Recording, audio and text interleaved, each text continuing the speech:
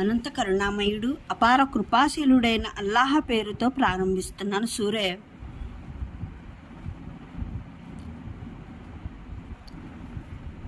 అద్దుఖాన్ 11వ వివరణ.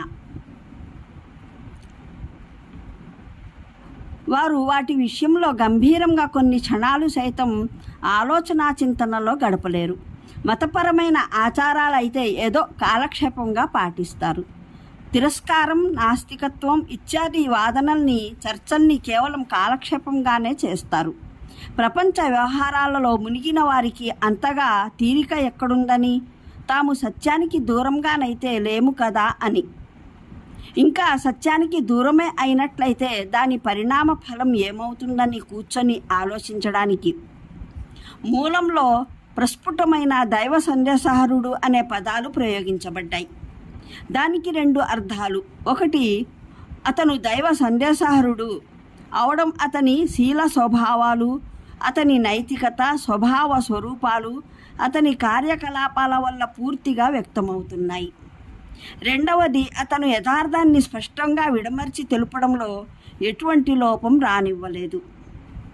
వారు చెప్పిన దాని భావం ఏమిటంటే, పాపం ఈ మనిషి అయితే చాలా అమాయకుడే. కొందరు ఇతన్ని అనవసరంగా జెండాపైకి ఎక్కించారు. వాళ్ళు చాటుమాటుగా ఖురాన్ ఆయట్లు రచించి ఇతనికి చదివించి నేర్పిస్తారు. ఇతను వచ్చి వాటిని జనసామాన్యానికి అందజేస్తాడు. వాళ్ళేమో హాయిగా కూర్చొని ఉంటారు. ఇతనేమో మాటలు పడతాడు, రాళ్ల దెబ్బలు తింటాడు. ఈ విధంగా ఆ జనులు ఒక తేలికైన విసిరి సమస్త ఆధారాలను, ఉపదేశాలను, గంభీర బోధనలను మాటల్లో కుట్టిపారేసే ప్రయత్నం చేస్తారు. ప్రవక్త శ్రీ సల్లల్లాహు అలైహి వసల్లం సంవత్సరాల తరబడి వారి సమక్షంలో అందజేసి అలసిపోతున్న విషయాలన్నింటినీ ఆషామాషిగా వదిలించుకోచూస్తున్నారు. దివ్య ఖురాన్లో చెప్పబడే సమంజసమైన మాటల పట్ల శ్రద్ధను చూపడం లేదు. ఈ మాటల్ని అందజేసే వ్యక్తి ఏ స్థాయి మనిషో కూడా గమనించే స్థితిలో లేరు. ఈ నింద మోపుతున్నప్పుడు తాము వాగేదేమిటో కాస్తైనా ఆలోచించే శ్రమ తీసుకోవడానికి సిద్ధంగా లేరు. ఒకవేళ మరో వ్యక్తి ఎవరైనా చాటుమాటుగా ఉంటూ నేర్పించి పెట్టేవాడు ఉన్నట్లయితే అతను తొలి ముస్లింలైన ఆప్తులు హజరత్ ఖదీజా రజియల్లా, అబూబకర్ రజియల్లాహ్, అలీ రజియల్లాహ్, జయిద్ బిన్ హారిసా రజియల్లాహ్ ప్రభుతుల దృష్టి నుండి ఎలా తప్పించుకోగలుగుతాడు? ఈ విషయం ప్రస్ఫుటంగా కానవస్తూనే ఉంది. ఈ వ్యక్తుల కన్నా ప్రవక్త మహానీయులకు సల్లల్లాహు అలైహి వసల్లం అన్ని వేళలా సన్నిహితంగా ఉండే సహచరుడు మరొకడెవడూ లేడు. అలాంటప్పుడు ఈ వ్యక్తులే అందరికన్నా అధికంగా ప్రవక్త శ్రీ సల్లల్లాహు అలైహి వసల్లం పట్ల అనురాగం, అభిమానాలు, శ్రద్ధాభక్తులు కలిగి ఉండేవారు. వాస్తవంగా ఎవరో చాటుమాటుగా నేర్పించి, బోధించి దైవదత్త కార్యకలాపాలు నేర్పుతూ ఉన్నట్లయితే ఈ జనులే ఆయన్ని ఎదిరించడానికి అందరికన్నా మున్ముందు ఉండేవారు. మరిన్ని వివరాలకు చూడండి ఖురాన్ అవగాహనం సంపుటి 4 అన్నహ్ల పాదసూచి 107, సంపుటి 5 అల్-ఫుర్ఖాన్ ఆయత్ 4 పాదసూచి 12. ఈ ఆయత్ల భావంలో వ్యాఖ్యాతల మధ్య చాలా పెద్ద విభేదమే ఏర్పడింది. ఈ భేదాభిప్రాయం ప్రవక్త సహచరుల కాలంలోనూ ఉండేది.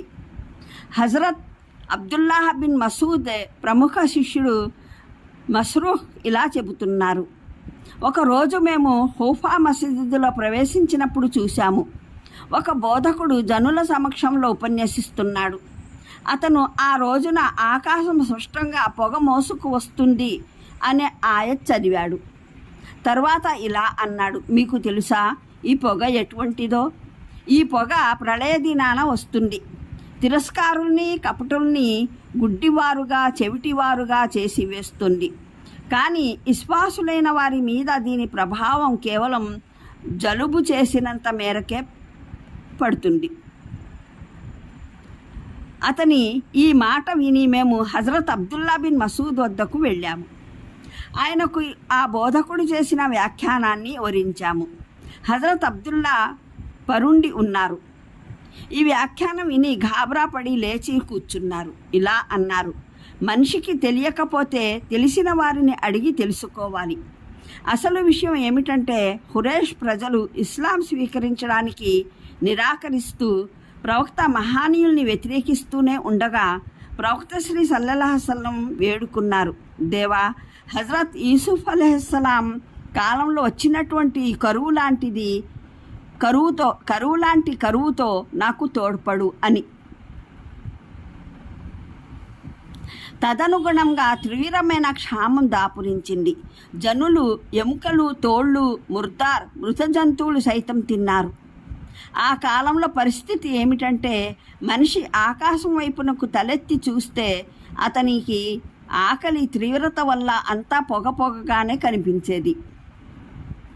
కడకు అబూ సుఫ్యాన్ వచ్చి ప్రవక్త శ్రీ సల్లల్లాహు అలైహి వసల్లంతో అన్నాడు: మీరైతే బంధువుల ఎడల దయ చూపాలని ఉద్బోధిస్తారు. మీ జాతి వారు ఆకలితో అలమటిస్తున్నారు. ఈ కరువు కాటకాలు తొలగిపోవాలని అల్లాహ్ను ప్రార్థించండి. ఈ కాలంలోనే ఖురేష్ ప్రజలు, దైవమా, మా నుండి ఈ కరువు దూరం చేసి వేసినట్లయితే మేము విశ్వాసం గైకొంటాము అని అనేవారు. ఈ సంఘటననే ఈ ఆయట్లలో ప్రస్తావించడం జరిగింది. పెద్ద దెబ్బ అంటే చివరికి బద్ర్ యుద్ధంలో ఖురేష్ పైన దెబ్బతీసిన వైనం అన్నమాట. ఈ ఉల్లేఖనాన్ని ఇమాం అహ్మద్, బుఖారీ, తిర్మిజీ, నసాయి, ఇబ్ను జరీర్, ఇబ్ను అబీ హాతిమ్ అనేక ప్రమాణాలతో మస్రూహ్ ద్వారా ఉటంకించారు.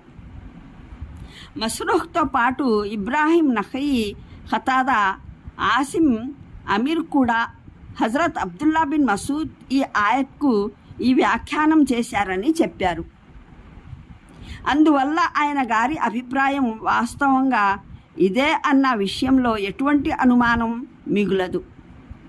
అనుచరుల్లో ముజాహిద్, ఖతాదా, అబుల్ ఆలియా, ముఖాతిల్, ఇబ్రాహీం నఖయి, జిహాక్, అతియా, అల్ ఔఫీ ప్రభృతులు సైతం ఈ వ్యాఖ్యానంలో హజరత్ అబ్దుల్లా బిన్ మసూద్తో ఏకీభవించారు.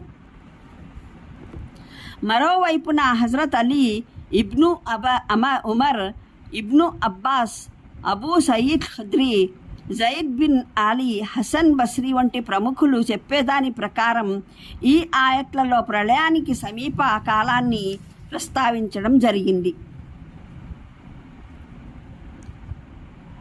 ఇందులో ప్రస్తావించిన పొగ ఆ కాలంలోనే నేలపైన అలుముకుంటుంది.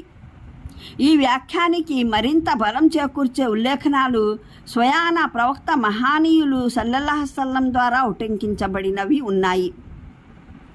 హుజైఫా బిన్ ఉసైద్ అల్ గిఫారీ ఇలా చెప్పారు: ఒక రోజున మేము ప్రళయం గురించి పరస్పరం చర్చించుకుంటున్నాము. అంతలోనే ప్రవక్త మహానీయులు సల్లల్లాహు అలైహి వసల్లం అటు వచ్చారు. ఇలా సెలవిచ్చారు: 10 సంకేతాలు ఒకదాని తరువాత మరొకటి వ్యక్తం కానంత వరకు ప్రళయం ఏర్పడదు అని.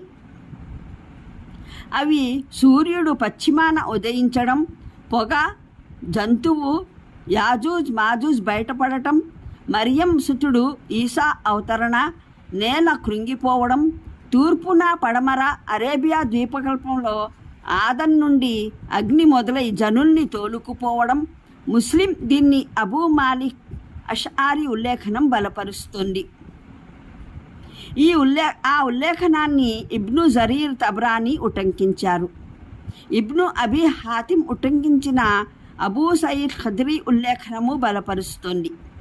ఈ 2 ఉల్లేఖనాలను బట్టి ప్రవక్త మహానీయులు సల్లల్లాహు అలైహి వసల్లం పొగను ప్రళయానికి సంకేతంగా పరిగణించారు.